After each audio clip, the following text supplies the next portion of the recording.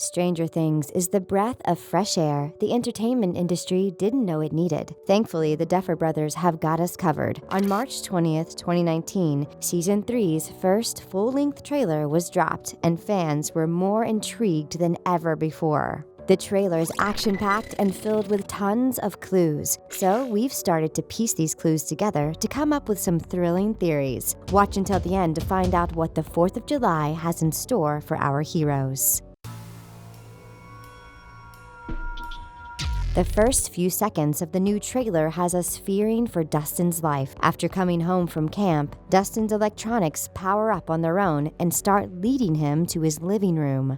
The march ends up being a surprise tactic set up by Dustin's friends, and soon they jump out to scare the bejesus out of him. This proves to be a big mistake, well, at least for Lucas, who ends up getting a can of hairspray to the face. The terrifying opening scene has us laughing in no time, putting our fear of electronics at bay. Well, at least for now. Although it kicks off the trailer in a humorous way, it shines some light on mind control and electricity, which are pivotal themes that are later showcased in the trailer. And seeing as Eleven was responsible for the electronics' brainwashed state, this scene might be hinting toward Eleven sharing a connection with Hawkins' newest threat. But we'll touch down on who this new villain could be at the end of this video.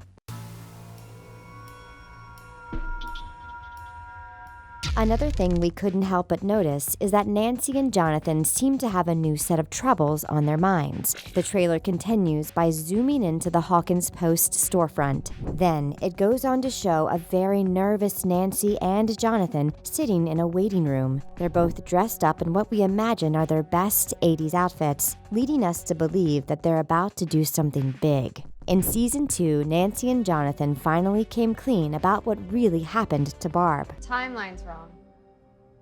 I'm sorry? Your timeline is wrong.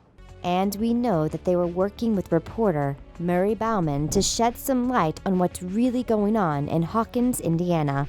Although Nancy and her brother Mike tend to work apart, their ventures usually end up coinciding by the end of the season. So this morose scene makes us believe that Nancy and Jonathan are trying to warn the world about a serious threat coming their way. However, they can potentially be putting their lives, as well as their families' lives, at risk by going public.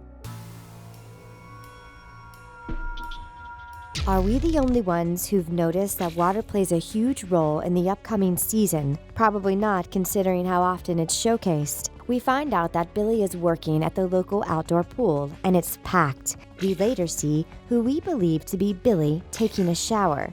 He's hunched over and harboring a gash on the inside of his elbow. Whatever caused the injury is spreading, and by the looks of things, it obviously belongs to the Upsidedown. Something is clearly happening to Billy, and things aren't looking great. Fans have pointed out that characters whose names begin with the letter B tend to be victimized by the Upsidedown. Whereas Barb passed away in Season 1, Bob met his fate in Season 2, so we suspect that Billy might not make it past Season 3. Could he have caught an infection from the local pool? If so, this means that many civilians might be dealing with similar markings on their bodies. But what does this mean for Billy? Stay tuned to find out.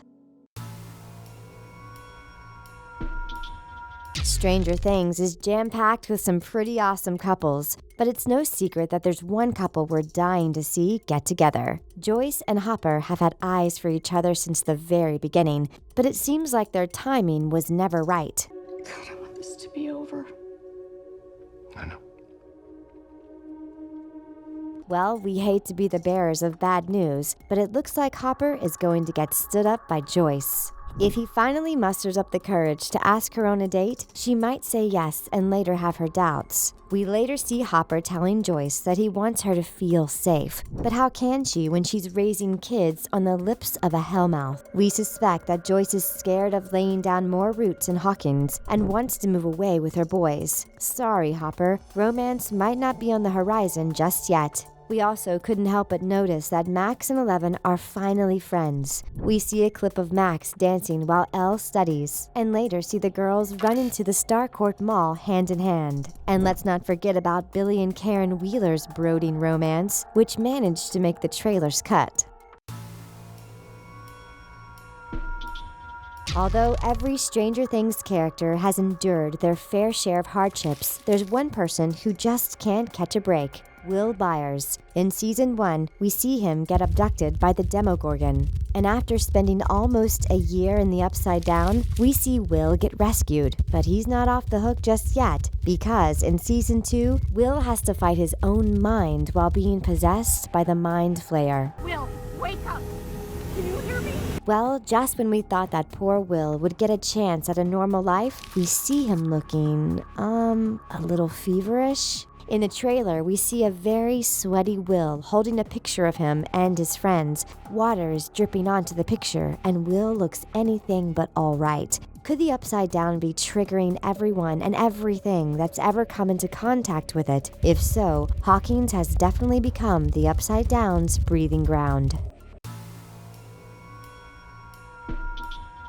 Someone who might get contaminated is a new character named Bruce. He is a journalist for the Hawkins Post and is said to have questionable morals. Midway through the trailer, we see Bruce walking down a dimly lit hallway with a terrifying look on his face. He's got blood on his shirt and neck, and his eyes are fixated on something we can't see. If we didn't know any better, we'd say that Bruce isn't acting on his own accord. In fact, he looks like he's been possessed. So perhaps the journalist got a little too close to his story and ended up getting compromised. We only catch a fleeting glance of this new character, but it's obvious that he's going to cause problems for our heroes. At this point, it's unclear if Bruce is walking down a hospital corridor or through the Starcourt Mall. Although he may seem like a threat, we doubt he's the biggest rival our heroes have to face come Season 3.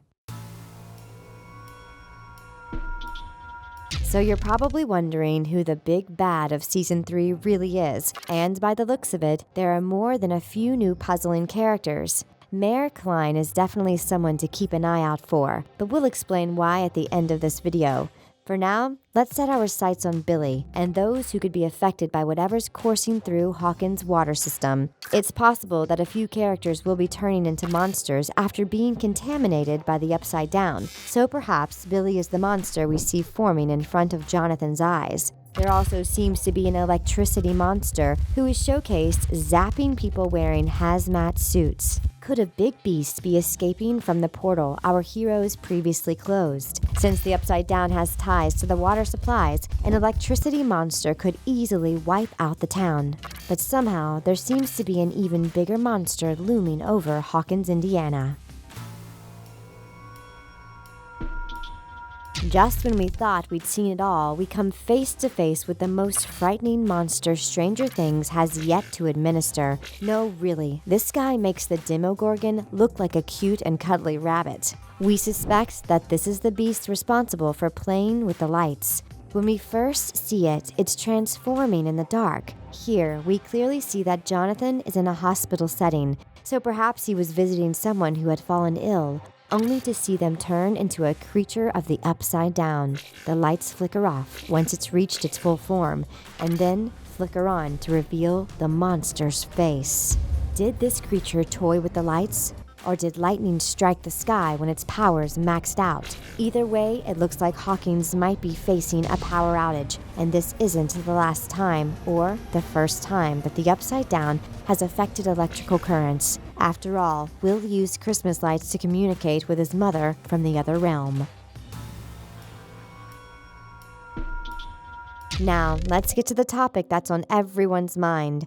What's going on in Eleven's life? From the looks of it, she has a new best friend, a caring boyfriend, and the weight of the world on her shoulders. At the beginning of the trailer, we see the gang setting up a makeshift electrical pole. So this leads us to believe that they're already aware that electricity is going to play a huge hand in destroying their newest threat. Perhaps our heroes are working towards overchanging the monster's circuits. We also catch a glimpse of Eleven standing on the shore of a very dark and stormy sea. Red lightning strikes the sky, and by the looks of it, Eleven is in total shock. We also see Eleven break through an empty bathtub, only to be submerged in water seconds later. For the first time ever, Elle doesn't seem to be coming out on top. Could this beast be more powerful than Eleven? We sure hope not. 11 might be a master at mind control, but she's not one to use it against people who don't deserve it. For this reason, we can't help but wonder who's controlling the civilians at the 4th of July fair. We catch a glimpse of a mother and daughter walking towards the camera with vacant looks on their faces. So what if the Mind Flayer wasn't completely destroyed in Season 2? Could remnants of him be corrupting Hawkins' population? The trailer ends with a series of epic events, and 2 or more characters seem to be possessed by something evil beyond belief. Perhaps 11 is connected to the Upsidedown Beast, seen as they appear to share similar abilities. Could this be the reason 11 is having a hard time conquering her foe? If so, we hope she can destroy him without destroying herself in the process. Now, we're about ready to state the obvious. There's something strange going on in the Starcourt Mall. Although Steve and Nancy are no longer an item, Steve still plays a huge role in saving Hawkins from its demise. Oh, yeah. Yeah, this'll do. This'll do just fine.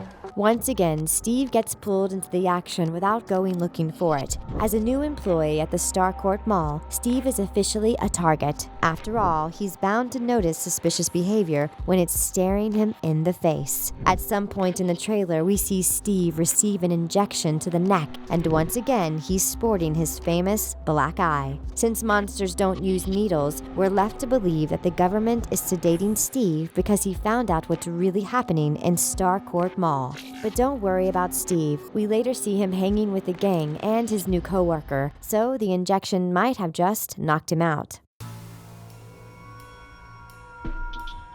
The 4th of July is sure to bring forth an array of puzzling situations. We assume that the fair showcased in the trailer has been launched by Mayor Klein to honor the American holiday. However, we don't foresee the fair going as planned. With a possible storm, power outage, and earthquake threatening the event, it's easy to see why our heroes will have their hands full. So we mentioned a possible earthquake, and this is due to seeing the unknown woman falling down a deep, dark hole. We can only assume that the Upside Down has opened up and swallowed whatever was in its path. So the darkness we see might be the long drop to the Upside Down realm. Could the 4th of July's power supply be used to strengthen the link between both worlds?